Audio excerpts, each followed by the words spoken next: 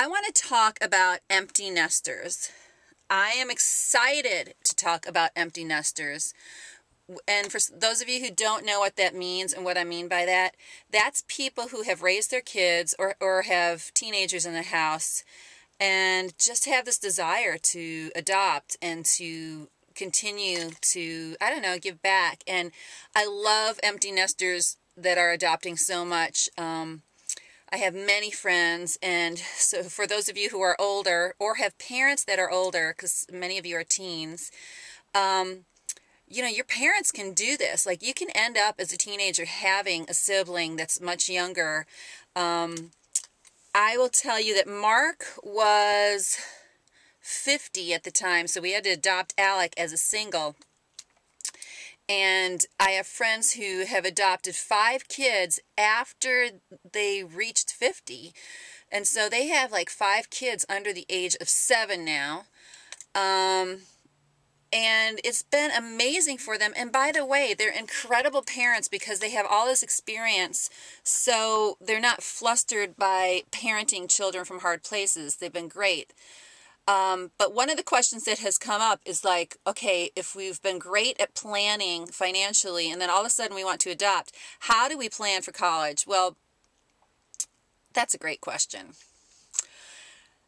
My thing is that you plan the best that you can and then you just have to take a leap of faith anyhow. But of course there are all these like government plans that you could start saving, which, you get benefits on your taxes for. And then besides that,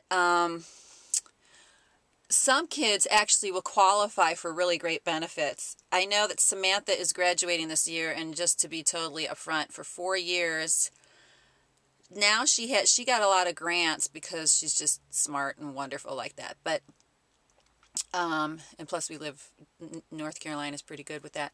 So she's going to owe a little bit over $20,000, which isn't bad for like 4 years of a great college education at UNC. So she does have some debt.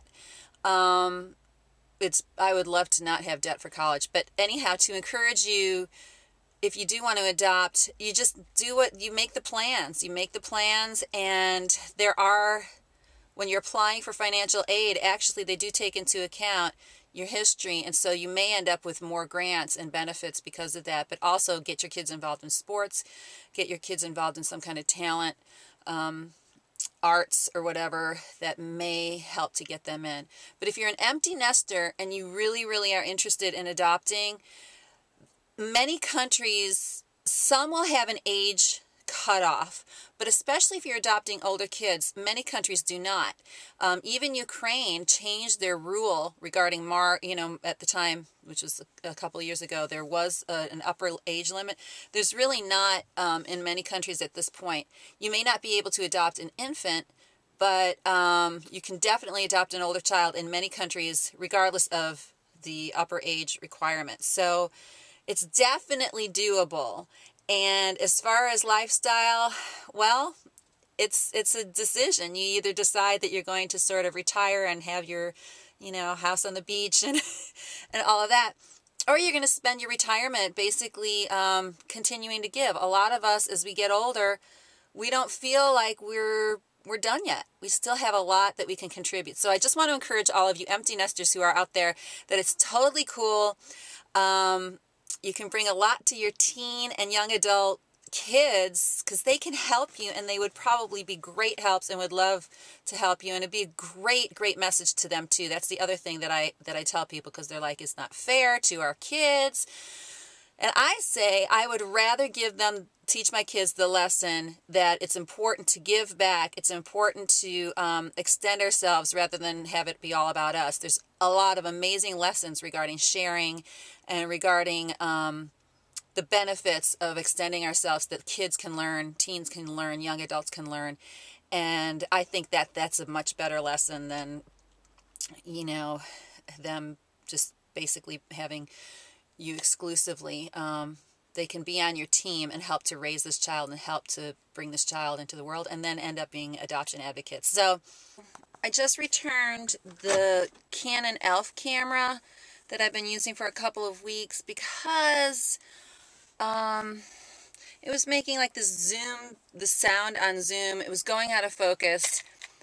And I figure if I can't get a substantial upgrade from the Flip for just a point and shoot camera, then, what's the point? So I returned it, but I am still looking. I'm probably, if I can afford it and get some money, I'm going to get the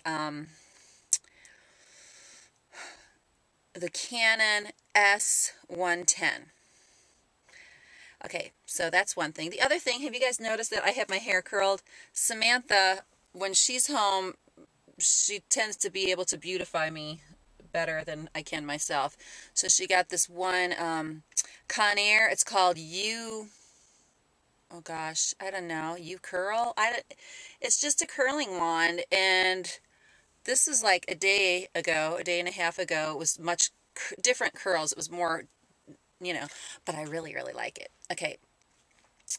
I thought I would take a minute to do this sort of one-shot video to clarify a couple of things. I know I said in my last video I was talking about my neighborhood, and we were talking about affording adoption, and I was talking about how we don't really belong there. I sort of didn't mean exactly that. What I meant was we're just unique. I mean, the neighborhood actually is very international and perfect in that respect. But when we bought the house, our income was so much more, and we were able to afford it. We've been, in the past few years, struggling with our bank for a modification. So we're sort of in limbo right now. And I know a lot of you out there have experienced the same thing.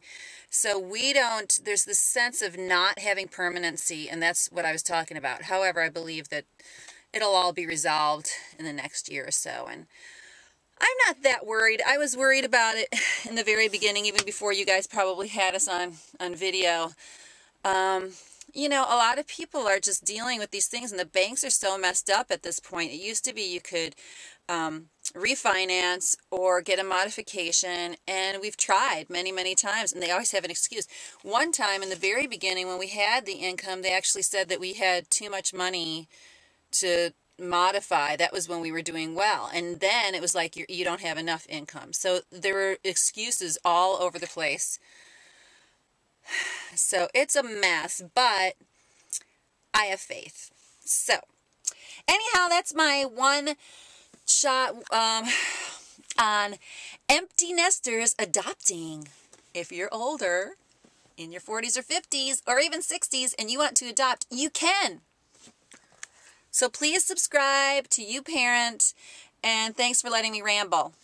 Oh, here's a little story of a mom and dad. She's no Angelina. Yeah, and he's not Brad. We're raising lots of kids from all over the world. 3 bad boys. Fashionista girls. Sam and Andrew, it's important to mention, were born in New York City via 2 C-sections. Matea was adopted in 2005. She came from Guatemala. She's a chica alive. Ethiopia called in 2008. Adopted 3 siblings, Jared, Ella, and Grace. Adopted again in 2011. Alec came from Ukraine. Now we have 7.